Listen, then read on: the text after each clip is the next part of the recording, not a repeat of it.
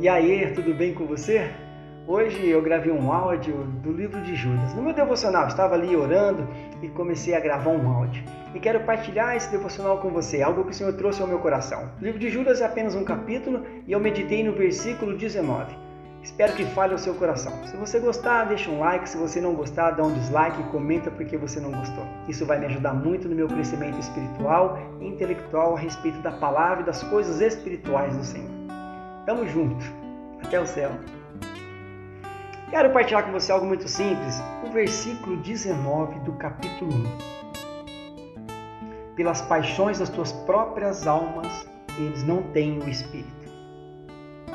Uma outra tradução diz, por serem sensuais, não terem o Espírito. Sensual, aqui na carta de Judas, que foi escrita em grego, significa aquele que vive pelos sentidos, pelas paixões.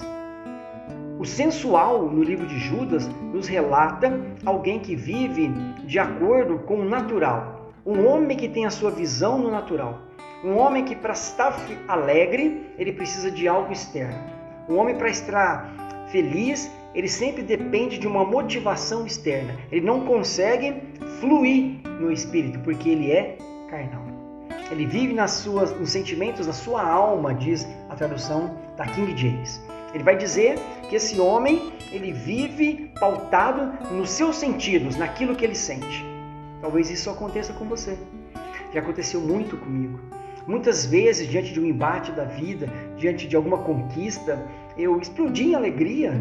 Isso é natural, é nosso isso. Nós temos essa necessidade de conquistar algo, de realizar um sonho. E quando acontece, você não se aguenta, você se exalta, você pula, você abraça todo mundo. Você quer contar para os seus melhores amigos, para a tua esposa, para o teu marido. Você quer compartilhar porque é algo bom. O interessante é que eu vivia pautado nisso. Sempre que eu conseguia algo, eu me alegrava. Sempre que eu perdia algo, eu me entristecia.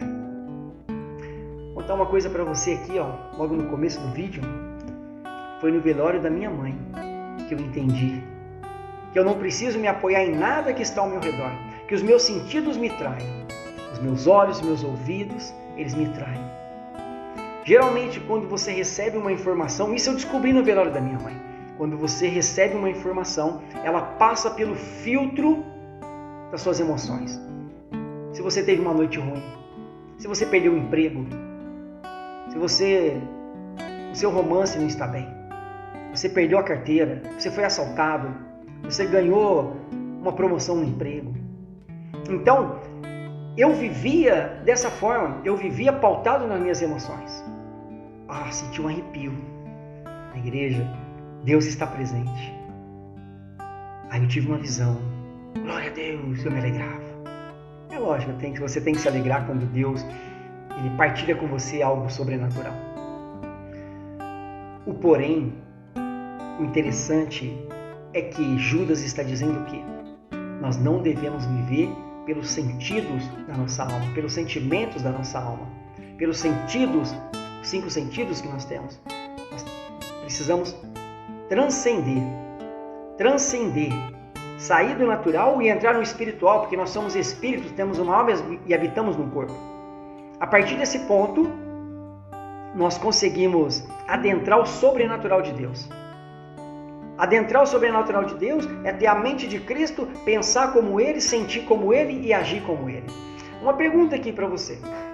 No seu local de trabalho, no seu esporte, na sua família, as pessoas quando te olham, elas sentem a presença de Cristo ou sentem a presença de um homem irado, uma mulher ranzinza, murmuradora, uma mulher sem fé, uma mulher que não busca em primeiro lugar o bem-estar do outro, um homem que não se preocupa em promover o outro, mas sempre suplantar, passar por cima, sobrepujar o outro? O que as pessoas veem em você? Deixa um comentário aí. Talvez se você quiser, claro, deixa um comentário expressando aquilo que você tem vivido, aquilo que você tem transmitido para as pessoas, aquilo que elas veem em você, ou o que você acha que elas veem em você. Por que eu falo isso? Porque quando você interage com as pessoas, primeiro passa pelo seu filtro aquilo que você acha que elas pensam de você. ou aquilo que você tenta mostrar para elas, ou aquilo que você tenta entender que elas entendem sobre você. É muito complicado, é muito difícil isso. É muito mais fácil você ser natural.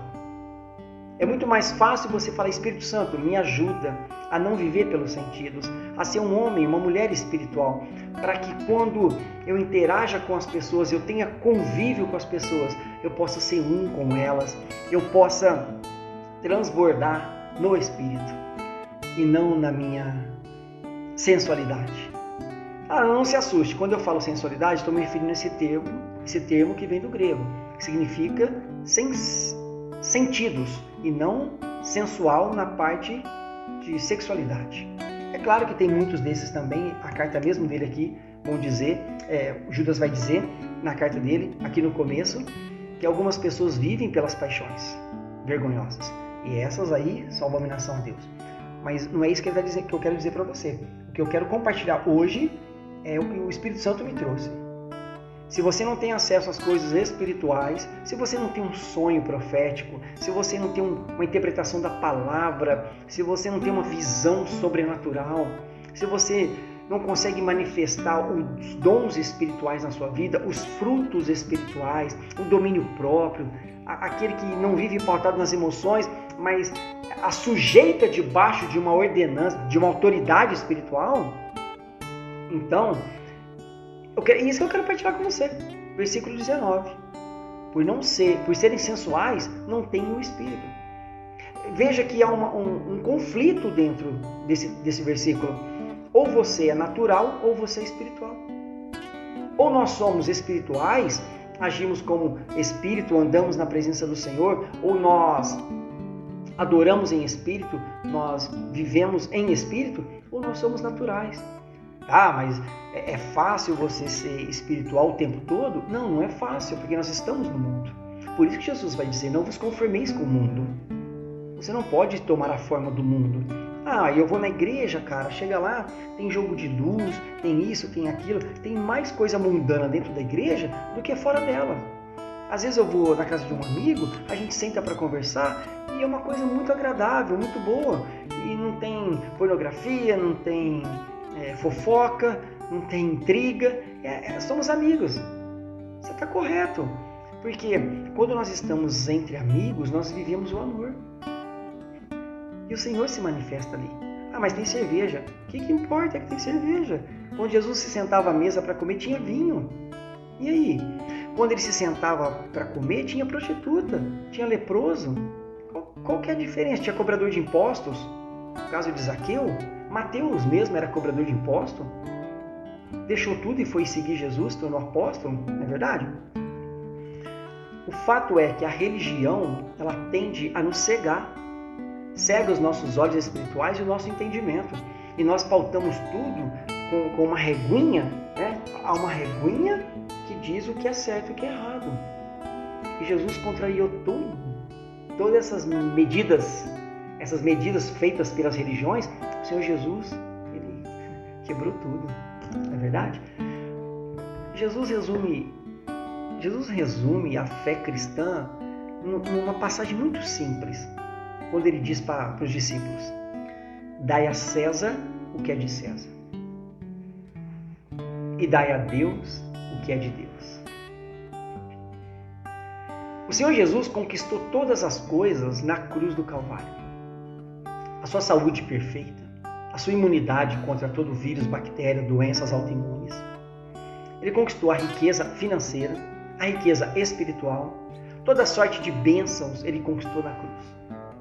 Aí a religião vem e diz que você não merece, que você precisa fazer por merecer.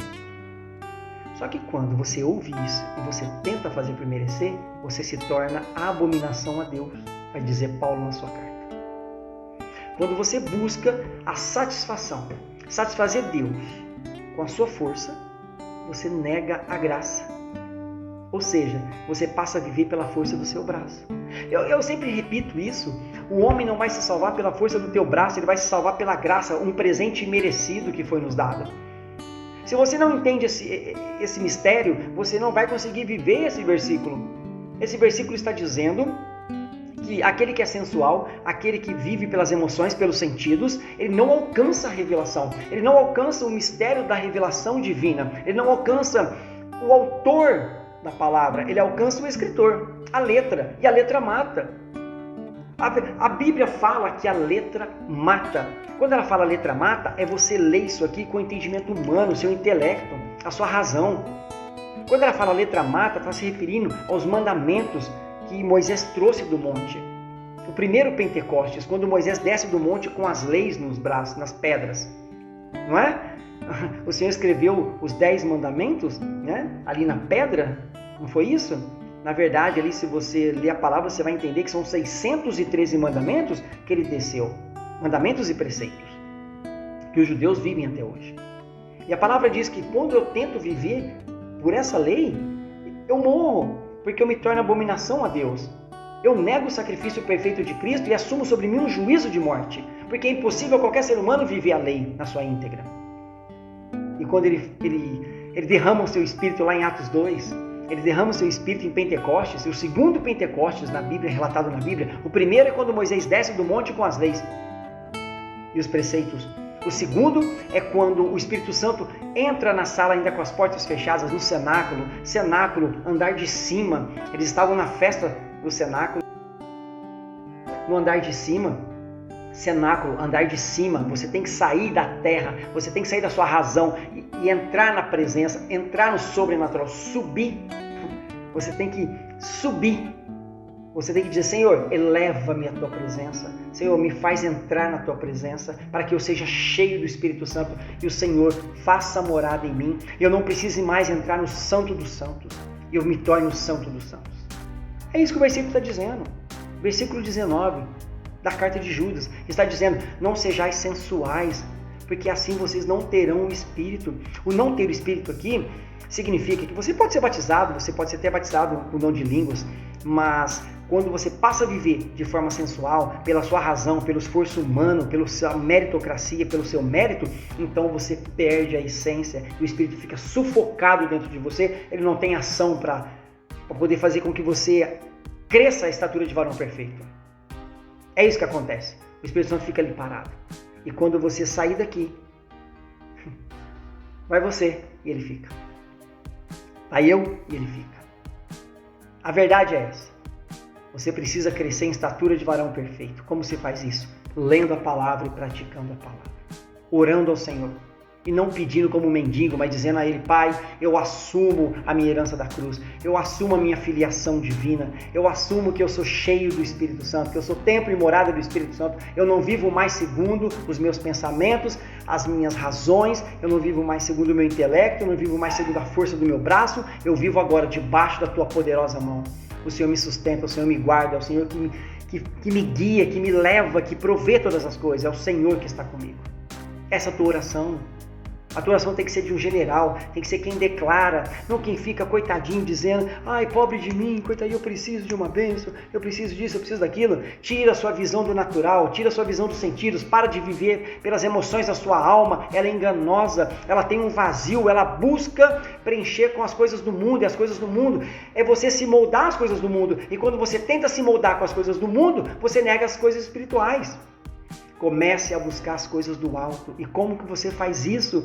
Lendo a palavra, deixando que ela crie vida dentro de você, que ela caia nesse terreno fértil que foi lavado e remido no sangue do Cordeiro, lá na cruz do Calvário. Quando ele morreu lá naquela cruz, há 2000 anos atrás, naquela fração de tempo que se estende até hoje, pela eternidade se estenderá, aquele sacrifício perfeito lavou as suas vestes de imundície, as minhas vestes, que são a nossa alma pecaminosa.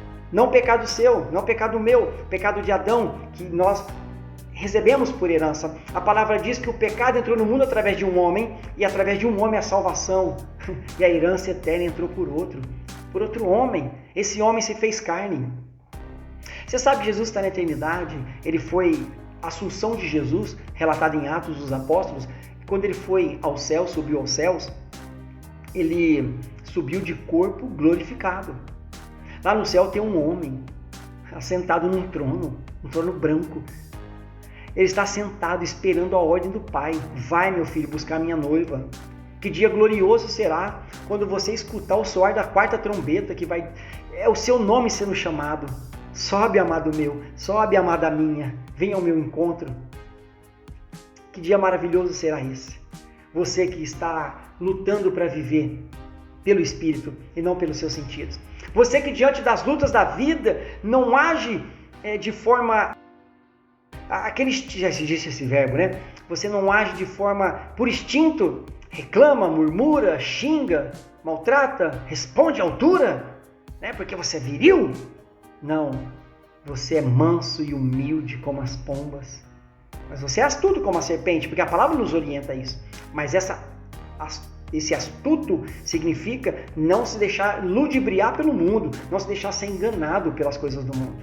Não é você ser astuto ao ponto de enganar, de persuadir o outro. Entendeu? Aquele que é espiritual, ele não tem esse interesse. Aquele que é espiritual não tem as paixões vergonhosas. Ele não vive segundo as suas paixões, segundo a lascívia dos olhos, a concupiscência da carne. Ele vive no Espírito.